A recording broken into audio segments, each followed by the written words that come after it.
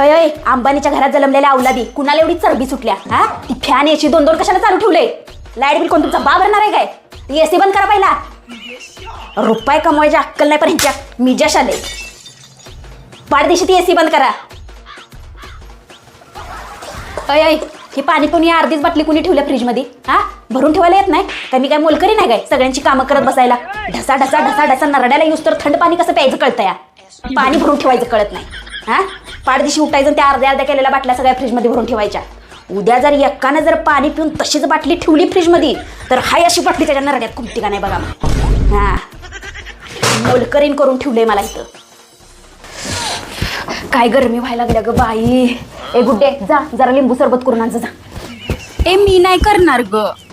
आई तर ढोसायचं बरं कळतंय ग केल्यावर. हा काय काम सांगितलं तर मी नाही करत मी नाही करत मी नाही करत नुसता नकारच द्यायचा.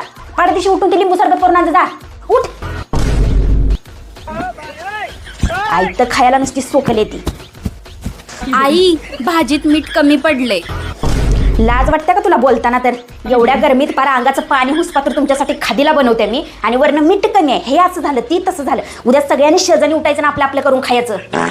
कोपऱ्या पात्र वगळी युस्तोर गिळायचं ती गिळायचं पान नरड्याला युस्तोर आणि वरणाने नावं ठेवायची. सुधरायची नाही ती गाबडी. उद्यापासून तुझं तू करून खायचं जा. मला सांगायचं नाही काय इथं.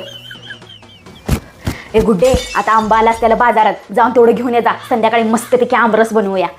ए आई एवढ्या उन्हाचं मी नाही जाणार. मैत्रिणीचा फोन आला असता म्हणजे थया थया थया नाचत गेली असतीस की. आईनं काय काम सांगितलं की ह्यांच्या जीवावर येतंय. पाडदिशी उठून ते आंबा घेऊन येतं जा.